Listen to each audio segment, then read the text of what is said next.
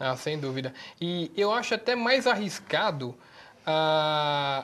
o resultado da pesquisa, porque o resultado da pesquisa realmente ele pode tendenciar para a posição política da empresa que está realizando.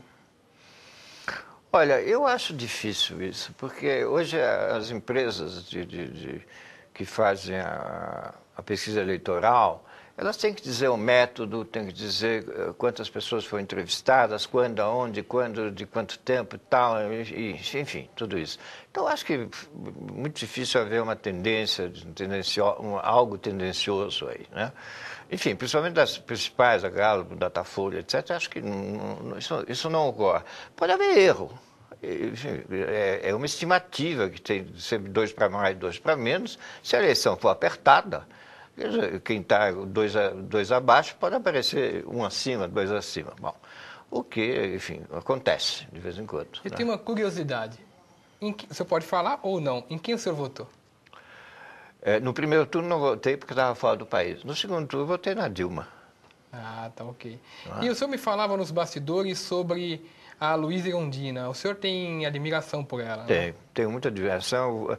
Se eu estivesse no Brasil, eu teria votado nela. Aliás, eu voto nela sistematicamente. Eu acho.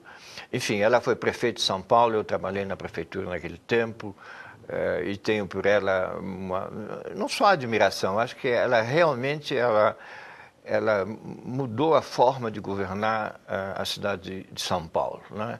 E nesse sentido, depois houve toda uma desavença com o PT, mas isso é normal, entende que essa desavença Na no PT é política. corriqueira.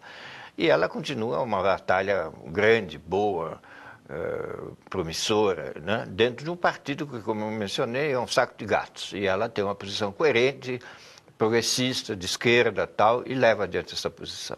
No próximo e último bloco, veja como é feita a distribuição de cargos políticos. Vamos para um breve intervalo. O Uninove Entrevista volta já. A Uninove acaba de lançar o programa intensivo de pós-graduação em 6 meses. São várias opções de cursos de especialização e MBA que vão mudar o rumo de sua vida profissional em muito menos tempo. Você faz aulas presenciais e interativas e em 6 meses acelera sua pós e sua carreira. Inscrições abertas para o processo seletivo 2007 no www.uninove.br. Acelere seu futuro na Uninove com programa intensivo de pós-graduação em 6 meses. A Uninove é sempre 10. Trabalho e faculdade ao mesmo tempo. Será que eu consigo? Você tá louca? Tá pensando o que da vida? Você é uma lutadora, uma batalhadora. Você nasceu pra vencer. Vai estudar sim. Vai passar de ano, vai entrar no Uninove, vai vencer na vida. Se você entende isso, você é da geração 10, que tem meta, tem ideal e quer entrar na faculdade para vencer na carreira. Geração 10 é a geração da Uninove. Eu sei que você vai chegar lá. Pensando bem, eu vou fazer a minha inscrição agora. Essa é minha garota. A Uninove é sempre 10.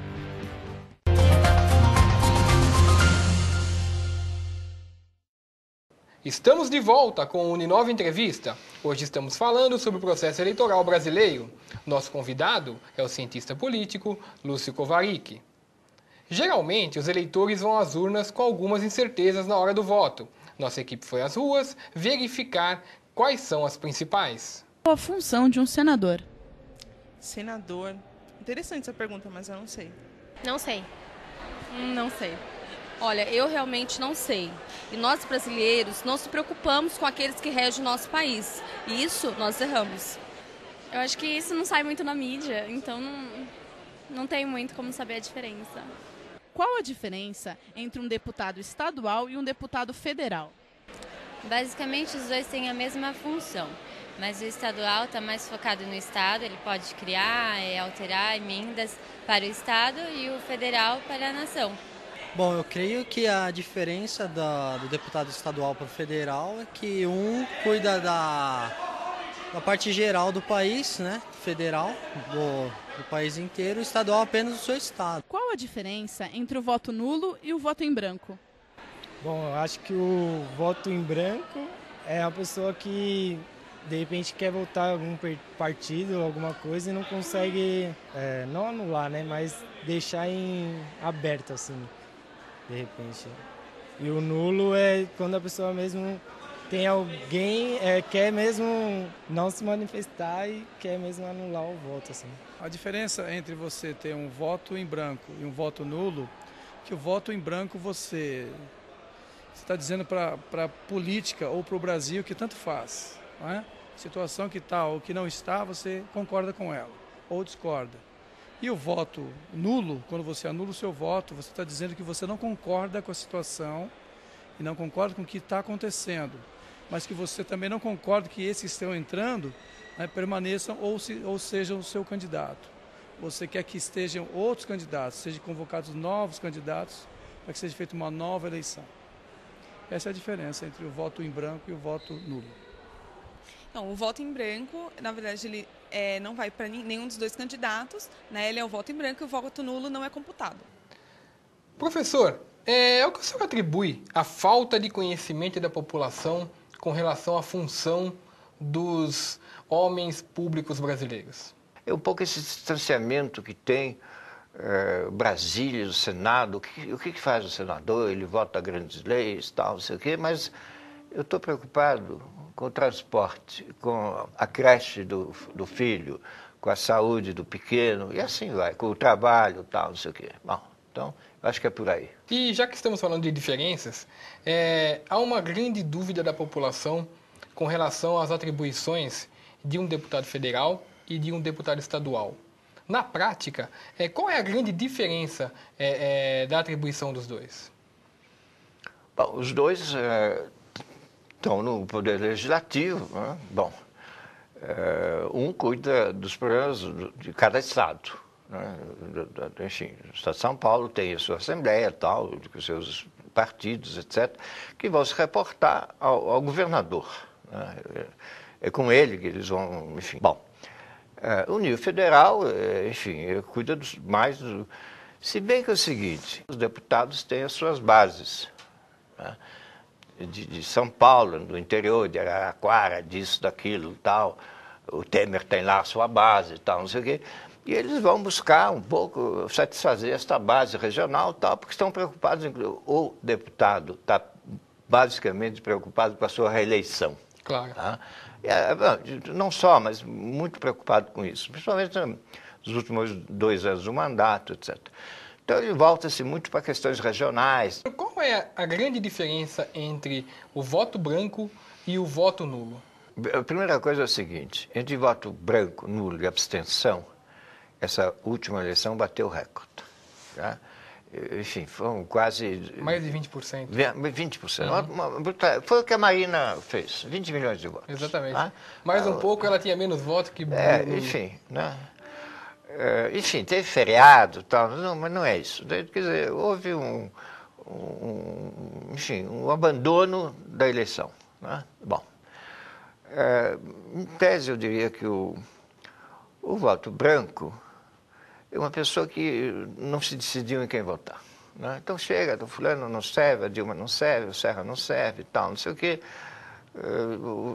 Enfim, o deputado, o senador também, ele acaba votando em branco. Né? Às vezes vota em branco num, não vota no outro, tal, não sei o quê. Né? Bom, o voto nulo, eu acho que tem uma diferença. Né? Eu não conheço nenhuma pesquisa a respeito, mas enfim, intuitivamente eu diria que o voto nulo é um voto de protesto. Né? Bom, então, o voto nulo é um voto mais de protesto, tal. É um voto do Tiririca, é um voto de gargarejo, uma galhofa, que também é um voto nulo, né? Não serve. Né? Então, eu diria que há fundamentalmente essas duas diferenças entre branco e nulo. Professor, para finalizar, muitos dizem que Aécio Neves saiu fortalecido dessa eleição. Mas há quem diga que ele se queimou dentro do próprio partido por ter feito corpo mole no primeiro turno. Qual afirmação o senhor acha que é a mais próxima da verdade? Ele saiu fortalecido.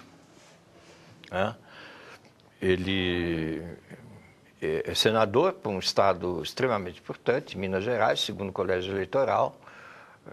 Ele vai ter uma presença no Senado muito forte. E eu diria que ele, pelo menos ao nível parlamentar, ele vai liderar a oposição. Do PSDB, etc. Ele é o grande nome hoje em dia da oposição do PSDB. O Serra está aí, perdeu, não sei o quê e tal.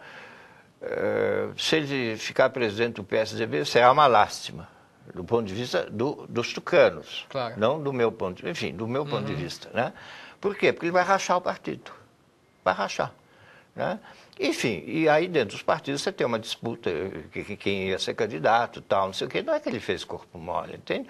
O Serra que também demorou para se declarar candidato, tal, não sei o quê, e o Aécio, bom, foi lá e ficou senador. Ele tem um papel, eu acho que ele, eu diria, fazendo um pouco de futurologia, que ele será o próximo candidato para o PSDB a presidente da República. É uma futurologia, mas eu afirmo isso. Professor, o papo está ótimo, mas o Uninove Entrevista está chegando ao final e agradeço muito pela presença do senhor em nosso programa. Sou eu que agradeço e até breve. E para você de casa que quiser esclarecer outras dúvidas com o nosso convidado, teremos agora um bate-papo em nosso site www.naveguepolitica.com.br. Tenham todos um ótimo fim de noite.